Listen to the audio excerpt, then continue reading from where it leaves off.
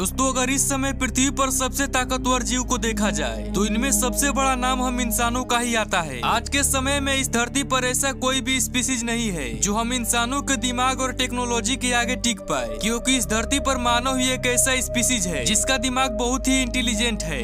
इसी के कारण इंसान अपने आसपास के पर्यावरण को समझकर उस पर एक्शन ले सकता है। आज के समय में हम इंसानों का दिमाग सिर्फ पृथ्वी तक ही सीमित नहीं है, बल्कि हम पृथ्वी के आसपास पड़े ग्रहों और अपने सोलर सिस्टम और यहाँ तक कि यूनिवर्स के बारे में भी लगातार जान रहे हैं। हमारे रिसर्च के अनुसार अभी तक यूनिवर्स में भी हम इंसानों से ज्यादा इंटेलिजेंट कोई एलियन नहीं है, और अगर शायद है भी तो वो हमारी नजरों से काफी दूर है। पर इंसानों की इतनी इंटेलिजेंसी को देखते हुए यह सवाल उठता है कि आखिर कैसे पृथ्वी पर हम इंसानों का जन्म हुआ, और वह पहला इंसान कैसे जन्मा था जिसने की पृथ्वी के इन सभी इंटेलिजेंसी की नींव रखी। दोस्तों आज हम जानने वाले हैं कि पृथ्वी पर मानव का जन्म कैसे हुआ, और आप भी यह अच्छे से जानते हैं कि हम इंसान हमेशा से पृथ्वी पर मौजूद नहीं है। यदि ऐसा होता तो शुरुआत में जब डायनासोर जीवित हुआ करते थे तब हम उनके साथ कैसे रह पाते, क्योंकि डायनासोर के रहते पृथ्वी पर हम इंसानों का अच्छे से डेवलप होना लगभग नामुमकिन था। और अगर हमारी स्पीसीज डायनासोर के साथ होती भी तो वो भी विलुप्त हो गई होती, और यही इस बात का प्रमाण है कि हम इंसान डायनासोर के बाद ही पृथ्वी पर आए होंगे। लेकिन क्या ये सवाल आपके दिमाग में कभी आया है कि आखिर पहला इंसान धरती पर कैसे आया और वह कहां से आया था?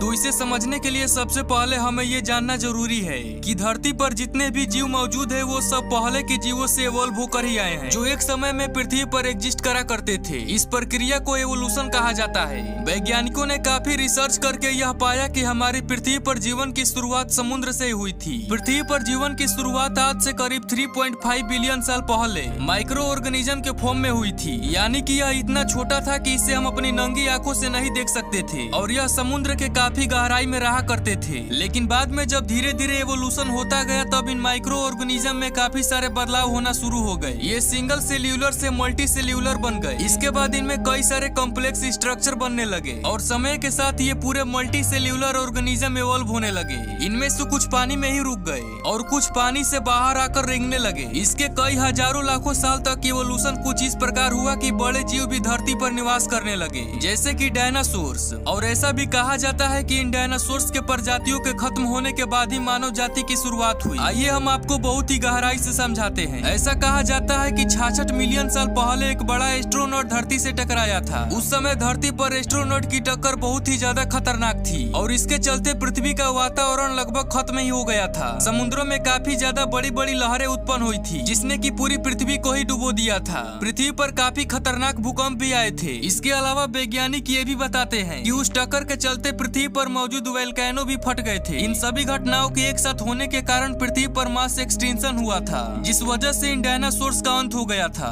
कहा जाता है कि लगभग 75% फ्लोरा एंड फाना भी इसमें नष्ट हो चुकी थी।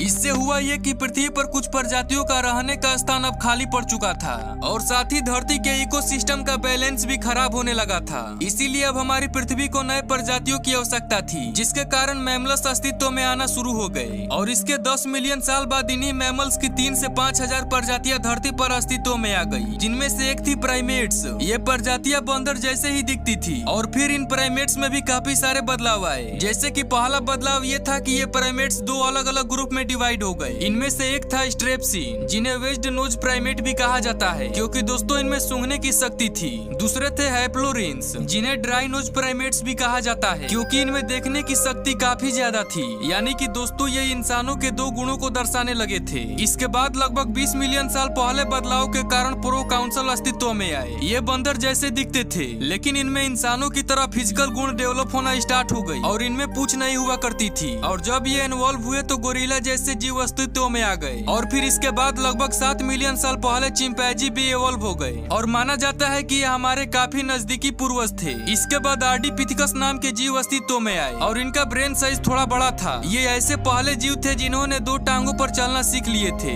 लगभग 4 मिलियन साल पहले ऑस्ट्रेलोपिथेकस आर्डिपिथेकस से इवॉल्व होकर आए। ये लगभग इंसानों जैसे दिखने लगे थे, और ये पहले ऐसे जीव थे जिनके पैर आगे की ओर निकले थे, और इसी वजह से इनको चलने में काफी आसानी होने लगी। और ये अपने हाथों का उपयोग स्टोन टूल्स बनाने में करते थे। ये भी आगे चलकर 2 ग्रुप में डिवाइड हो गए, जिनमें से पहला वे थे जिनके जबड़े काफी बड़े हुआ करते थे और दूसरा हुए जिनका ब्रेन साइज बड़ा था। लेकिन दोस्तों इनमें से जिनका ब्रेन साइज बड़ा था वही इवॉल्व हुए और इन्होंने एक नई जीन्स की शुरुआत की जिसका नाम था होमो। होमो का अर्थ होता है मैन और कहा जाता है कि मानव जाति की शुरुआत यहीं से हुई थी।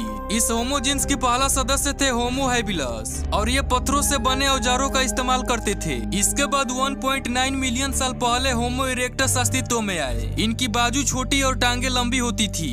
अब ये पेड़ों से हटकर जमीन पर रहना शुरू कर दिए थे।